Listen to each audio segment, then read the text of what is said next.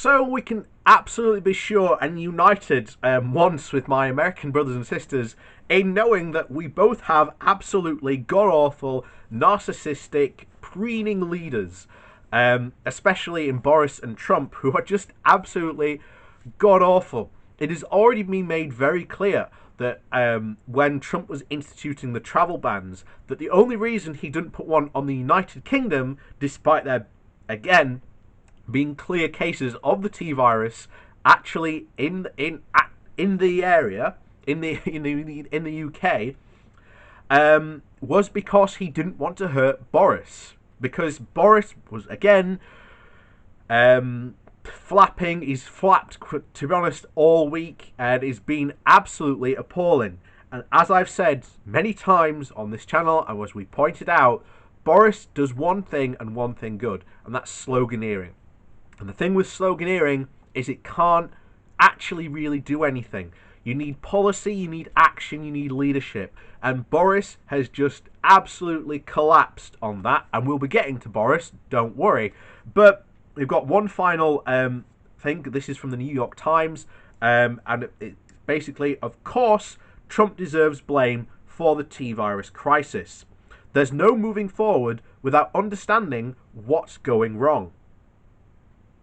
And one of the things you have to understand, especially about the build-up of fascism, is a building of lies of the nation, of being the strong man, and this has absolutely destroyed Trump's image of being the strong man. It was bound to happen sooner or later, as we read over our last article yesterday of this, but it's finally happened. So, anyway, let's get into the article. So, last Friday, Representative Andy Levin, I think that's how you say it, a Democrat from Michigan, wrote a signed letter by 56 colleagues urging Donald Trump to invoke a law that called the Defensive Production Act in the fight against the T-virus, and it passed during the Korean War in 1950. The law lets the president direct manufacturers to make supplies necessary for national security. It very clearly allows the president to make use of the same emergency powers for a public health emergency, Levin told me. At the time when the T-virus pandemic was leading at a critical shortage of tests, ventilators, respirators, ICU beds, and protective gear for medical professionals, it seemed like an obvious move. He has the power to get what we need, said Levin. And this is tens and hundreds of thousands of lives at stake in real time here. Finally, on Wednesday, Trump invoked the law, and it briefly looked as if things were going to get moving. But later that day, he tweeted he was holding off on it, actually using the powers the law gives him. So I only signed the Defense Production Act to combat the, quote, Chinese virus. We need to invoke it in a worst-case scenario in the future. Hopefully, we will not need to, but we are all in this together. Levin was incredulous. The worst-case scenario is right now, he said, adding, there is something that is completely beyond partisanship. It's an all-on-hands deck crisis. With the world plunged into the most terrifying emergency in living memory, some people are not just right-wing hacks, are now saying that this is the time to talk about the malfeasance of Donald Trump. Barack Obama's former political guru, David Axelrod, commented on a planned Democratic ad blitz hitting Trump's handling of the T-virus, and tweeted that he doesn't seem the moment for negative ads. On Wednesday, I appeared on MSNBC with Larry Maryland and Republican Governor Larry Hogan, who acknowledged that Trump had made a grave mistake in initially downplaying the severity of the T-virus. But Hogan said, we can't waste a lot of time, finger-pointing and talking what made mistakes or what the president or anybody made in Washington. Let's talk about what we can do right now. So I understand this impulse. Those in the trenches fighting the pandemic can't afford to waste time investigating, equivocating against the presidential inadequacy. Sorry. The rest of us are dealing with extraordinary personal upheaval and the ever-present fear. In 4 years that Donald Trump has dominated the national conversation, he's gnawed away at the sanity of those of us who see him for what he is. In the new era, even more dystopian era of the T virus, it could be nice to be in the furlong of having not to think about him. But while the calamity we are experiencing is not Trump's doing, his dishonesty and incompetence have exasperated it and continue to do so. To the point, this is not to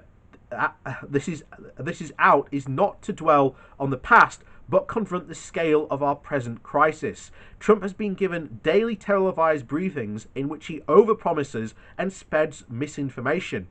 He makes bad decisions and reveals himself only under the pressure of bad press. That makes the frankness about his catastrophic ineptitude imperative. Because Trump's disdain for expertise and his obsession with loyalty, we enter this crisis with a government from which many competent professionals have been purged. Those whose political appointees tend to be lackeys and mediocrates. It has also been widely reported that Trump's administration dissolved the National Security Councils on Global Health of the Security Office, which is responsible for planning disease outbreaks. Some of the people we cut, they haven't been used for many, many years, and if we ever need them, we can get them back very quickly rather than spending that money, he said at a briefing last month. On Thursday, the Times reported that Trump's own Department of Health and Human Services ran simulations last year about a pandemic of respiratory virus originating in China that ultimately infected 110 million Americans. The exercise drove home just how underfunded and underprepared and uncoordinated the federal government would be for a life or death battle with a virus with no treatment existed. Yet, there is little evidence of a serious push to increase America's readiness. When the T virus emerged in China, Trump's instinct was to treat it as a public relations problem, insisting repeatedly that it would go away. South Korea and the United States announced the first T virus cases around the same time. While South Korea ramped up the production of tests, the United States dithered, as Reuters reported, shall we say, not Reuters. South Korea, a country of just 1.5 million, has tested 290,000 people. In the United States, a country of 330 million, only 60,000 tests have been conducted as of Tuesday. Trump's decision to ban some travel from Europe might have made sense, but the mistake-riddled Oval Office address announcing the move caused mass panic among Americans abroad. No one made adequate predictions to get the hordes of travelers returning home from the hot zones of where the virus was active through security quickly, leading to crowds of people waiting at long and some seen as several hours at airports, a situation that seemed bound to spread infections.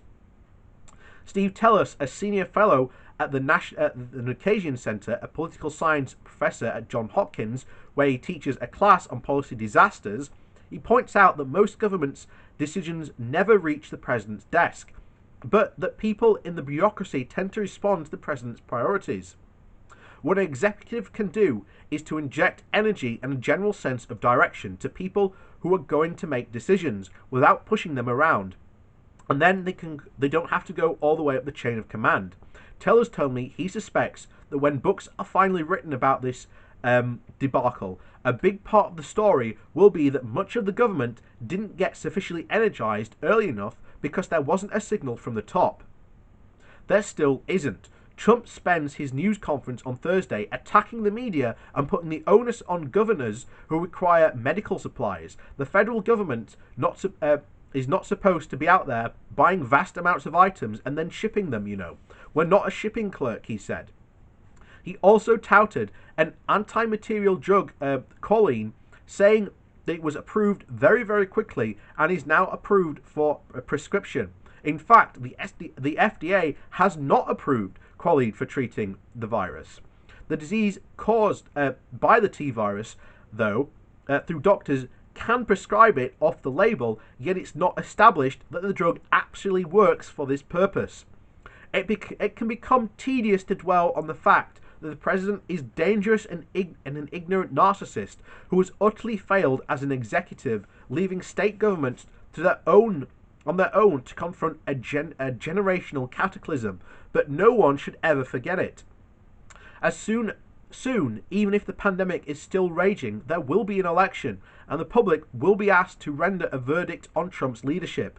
Being clear that people are suffering and dying needlessly because of the president can't do his job isn't looking backward, it's the only way to move forward. So I hope you do take that to the polls, and I hope you do remember that, just as we will remember, we were going to have a May election. However, they've been postponed for a year, and that would have, as I said many times, would have shown, especially Boris, was not strong in these areas. These areas that he's won, quote unquote, he ain't going to hold on to them. You know, the people of, Wakefield, that recently voted in a Conservative member, they aren't overly happy with him. Despite what you may think. Remember, they have a Labour council that's been working, trying to get stuff to him to support the people of Wakefield, but he has continuously turned round to the Labour council and said, no, you should stop your spending and start cutting back your budgets massively. Once again, pushing the Conservatives' austerity narrative. And once remember, this is not a choice, this is a mandate by the Conservative Party. Because they want stuff to just fail on themselves, and then they can go, oh, well, see, guess we'll just have to privatise it now. And that's the situation that's going on in the UK. Unfortunately, it doesn't look like you're going to get Bernie Sanders. I'm not 100% sure on the situation, but it doesn't look like he's going to get in, which is a massive shame. Because, again, like Corbyn, if we had Corbyn in, Corbyn would have brought in massive, good amounts of really good, actual change in policy that would have changed people's lives. And instead, we get Boris, who, as mind of that article said, is a complete preening narcissist who is incapable of being able to respond to this crisis.